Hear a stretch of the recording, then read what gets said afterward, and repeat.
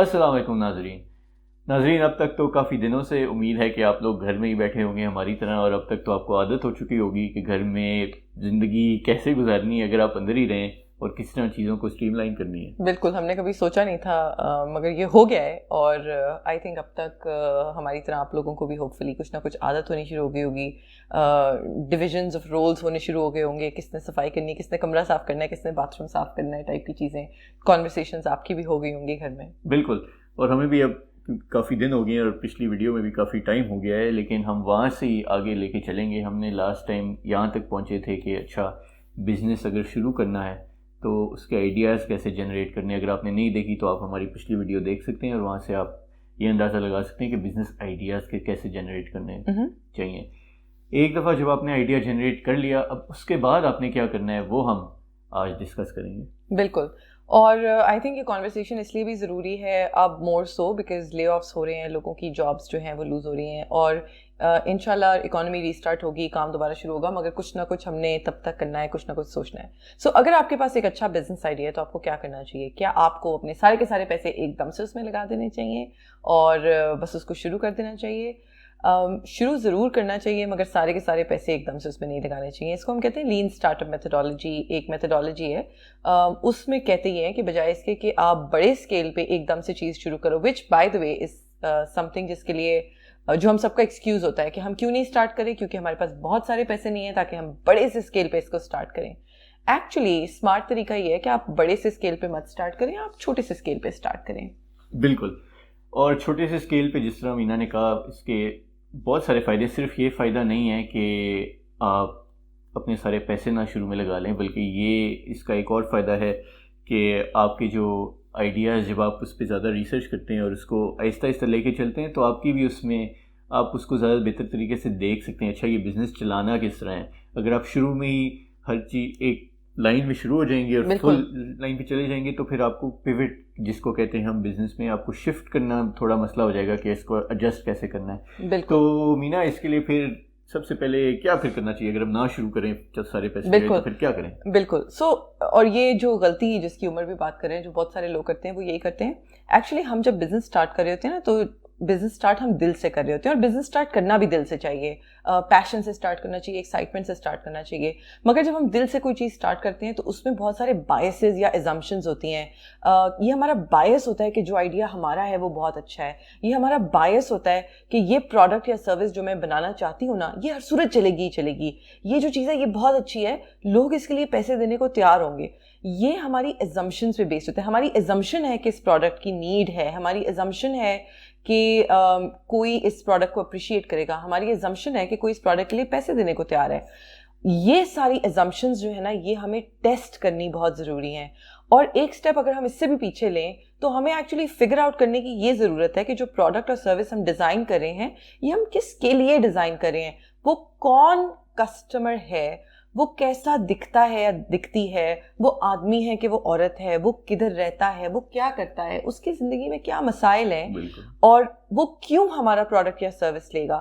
اور جب تک آپ اپنے کسٹمر کو نہیں انڈرسٹینڈ کر سکتے نا، آپ جو بھی چیز کریٹ کر رہے ہوں گے وہ بالکل ایسے ہی ہے کہ جیسے میں اس کمرے میں بیٹھ کے کچھ بھی بنا لوں اور میں یہ سوچوں کہ جب میں اس کو لے کے باہر جاؤں گی تو یہ ایک دم سے بکنا شروع ہو جائے گا وداؤٹ انڈرسٹینڈنگ کہ باہر کی دنیا میں ہو کیا رہا ہے. بالکل، اور اس کی جو سب سے کامن ایگزامپل مینا بھی اور ہم بھی سب کو دیتے ہیں وہ آپ مرسیڈیز ورسز CD70 کی اگر بات کریں، بالکل دونوں کے کسٹمر بہت فرق قسم کے ہیں. دونوں بہت اچھے بزنس ہیں، دونوں بہت بڑے بزنس ہیں، لیکن دونوں کا بزنس ڈیزائن اپنے کسٹمرز کے لحاظ سے ہو. ایک مرسیڈیز کا جو نارمل کسٹمر ہوگا ایوریج، وہ ایک CD70 کے کسٹمر سے بہت فرق ہوگا. تو CD70 ہونڈا نے اپنا وہ والا پارٹ آف دا بزنس اس طرح ڈیزائن کیے اس کسٹمر کے لیے، اور مرسیڈیز اپنا بزنس ڈیزائن کرتے ہیں ایک الگ قسم، جبکہ دونوں پروڈکٹس جو ہیں وہ مسئلہ ٹرانسپورٹ کا ہی سالو کر رہے ہیں. اسی طرح آپ لٹرلی کوئی بھی انڈسٹری اٹھا سکتے ہیں. اگر آپ فوڈ بزنس، آج کل میں فوڈ بزنس سے میری بہت کانورسیشنز چل رہی ہیں، آپ فوڈ بزنس اگر کریں تو وہ بھی آپ کمپلیٹلی ڈفرینٹلی ڈیزائن کریں گے. اگر آپ ایک high and socio economic segment کے کسٹمر کے لیے ڈیزائن کریں اور ایک مزدور کے لیے کریں. فار ایگزامپل اگر آپ ایک مزدوروں کے لیے فوڈ بزنس کرنا چاہتے ہیں تو آپ جائیں گے کسی کانٹریکٹر کے پاس اور آپ ان کو کہیں گے کہ آپ اپنے مزدوروں کو روز کا کھانا پرووائڈ کرتے ہیں، اب سے میں یہ بزنس کرنا چاہ رہی ہوں، میں آپ کے مزدوروں کے لیے کھانا ڈیلیور کروں گی. اب مزدور جو ہے اس کو کھانے سے کیا کیریکٹرسٹکس ریکوائرڈ ہیں؟ اس کو چاہیے کہ اس کی کوانٹٹی زیادہ ہو، اس کو چاہیے کہ اس کا ٹیسٹ اچھا ہو، اس کو چاہیے کہ اس کی پرائس کم ہو، اس کو شاید کوالٹی، ورائٹی، کریٹیوٹی، پریزنٹیشن، ایسی چیزوں سے کوئی فرق نہیں پڑے گا. جبکہ اگر میں فوڈ ہی بزنس ڈیزائن کروں، مگر وہ میں ڈیزائن کروں کمیٹی پارٹی والی آنٹیوں کے لیے، میں کیٹرنگ سروس شروع کروں کٹی پارٹی آنٹیز کے لیے، ان کو کیا ریکوائرمنٹ ہوگی؟ ان کو ورائٹی چاہیے ہوگی، ان کو ہو سکتا ہے امپورٹڈ قسم کے انگریڈینٹس چاہیے ہوں، ان کو یہ چاہیے ہو کہ پریزنٹیشن بہت اچھی ہو، پلیٹرز ہوں، کریٹیوٹی ہو. ان کے لیے شاید پرائس اتنی امپورٹنٹ نہ ہو، ان کے لیے شاید کوانٹٹی اتنی امپورٹنٹ نہ ہو، مگر ان کے لیے کوالٹی، پریزنٹیشن، کریٹیوٹی زیادہ امپورٹنٹ ہوگی. سو ایک ہی قسم کا بزنس، فوڈ کا بزنس، مگر ڈپینڈنگ آن آپ کس ٹارگیٹ سیگمنٹ کو جو ہے کیٹر کرنا چاہ رہے ہو، کس کسٹمر کے پرسونا کو کیٹر کرنا چاہ رہے ہو، آپ کمپلیٹلی ڈفرینٹ طریقے سے بزنس رن کرو گے. اور نہ صرف آپ کا پروڈکٹ یا سروس ڈفرینٹ ہوگی، آپ کی مارکیٹنگ کا طریقہ، مارکیٹنگ کیسے ہوگی، مارکیٹنگ کہاں ہوگی، آپ کا سیلز کا جو چینل ہے وہ کس طرح سے فارم ہوگا، سب کچھ بالکل ڈفرینٹ ہو جائے گا. بالکل. اور مینا نے وہ ٹرم بھی ابھی یوز کر لی، کسٹمر پرسونا اس کو کہتے ہیں، کہ آپ کا کسٹمر کس طرح کا ہے، کس طرح کا دکھتا ہے. اگر آپ ایک کاغذ میں اس کی تصویر بنائیں تو پھر آپ کس قسم کا بنائیں گے. تو مینا پھر اس کے لیے فرسٹ اسٹیپ کیا ہے؟ میں کسٹمر پرسونا بنانا چاہتا ہوں اور میرے پاس ایک آئیڈیا ہے رینڈم. بالکل. تو میں اب کسٹمر پرسونا کس طرح بناؤں؟ آپ نے سمپلی بیٹھ کر، اور by the way customer persona بھی جب آپ اس اسٹیپ پہ بنائیں گے تو وہ ایک ازمپشن ہی ہوگی، مگر آپ بیٹھ کر یہ سوچیں گے کہ میں جو پروڈکٹ اور سروس ڈیزائن کر رہا ہوں یہ کس کے لیے پرفیکٹ ہے، کون وہ ہوگا جو بھاگ کے پیسے دینے کو تیار ہوگا اس کو لینے کے لیے. اگین جینڈر، وہ آدمی ہے کہ وہ عورت ہے، اس کی ایج رینج کیا ہے. ایج رینج میں اگین ہم میں سے بہت سارے لوگ، جب میں ان کو یہ ایکسرسائز کرنے کا کہتی ہوں تو وہ کہتے ہیں ہر عمر کے بچے، میرا ہر عمر کے لوگ میرا بچے بھی کر سکتے ہیں، بوڑھے بھی کر سکتے ہیں. بٹ سوال یہ ہے کہ ایکچوئل آئیڈیل ٹارگیٹ سیگمنٹ کون ہے، اور وہ رینج جو ہے وہ چھوٹی ہونی چاہیے. تقریباً 10 سال کا گیپ، 15 سال کا گیپ ہونا چاہیے. 15 سے 25 سال کے لوگ میرا پروڈکٹ یا سروس یوز کر سکتے ہیں، 20 سے 30 سال کے لوگ میرا پروڈکٹ یا سروس یوز کر سکتے ہیں. اس طریقے سے آپ نے وہ ایج رینج جو ہے وہ ڈیفائن اپنی کرنی ہے. اس کے علاوہ آپ نے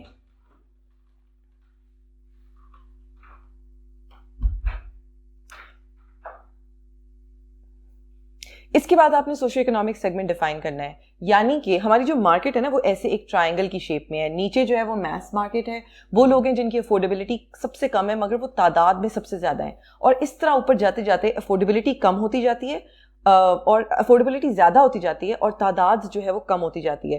اور ہماری مارکیٹ کے بالکل ٹاپ پہ جو چھوٹا ٹرائنگل رہ جاتا ہے وہاں پہ افورڈیبلٹی سب سے زیادہ ہے اور ان لوگوں کی تعداد سب سے کم ہے. تو آپ دیکھتے ہیں کہ اس مارکیٹ میں سوشو اکنامک سیگمنٹ کون سا ہے جس لیول پہ آپ کسی کو کوئی چیز بیچ سکتے ہیں یا بیچنا چاہتے ہیں، یا جس لیول پہ ان کو آپ کی پروڈکٹ سروس سب سے زیادہ پسند ہوگی. بالکل.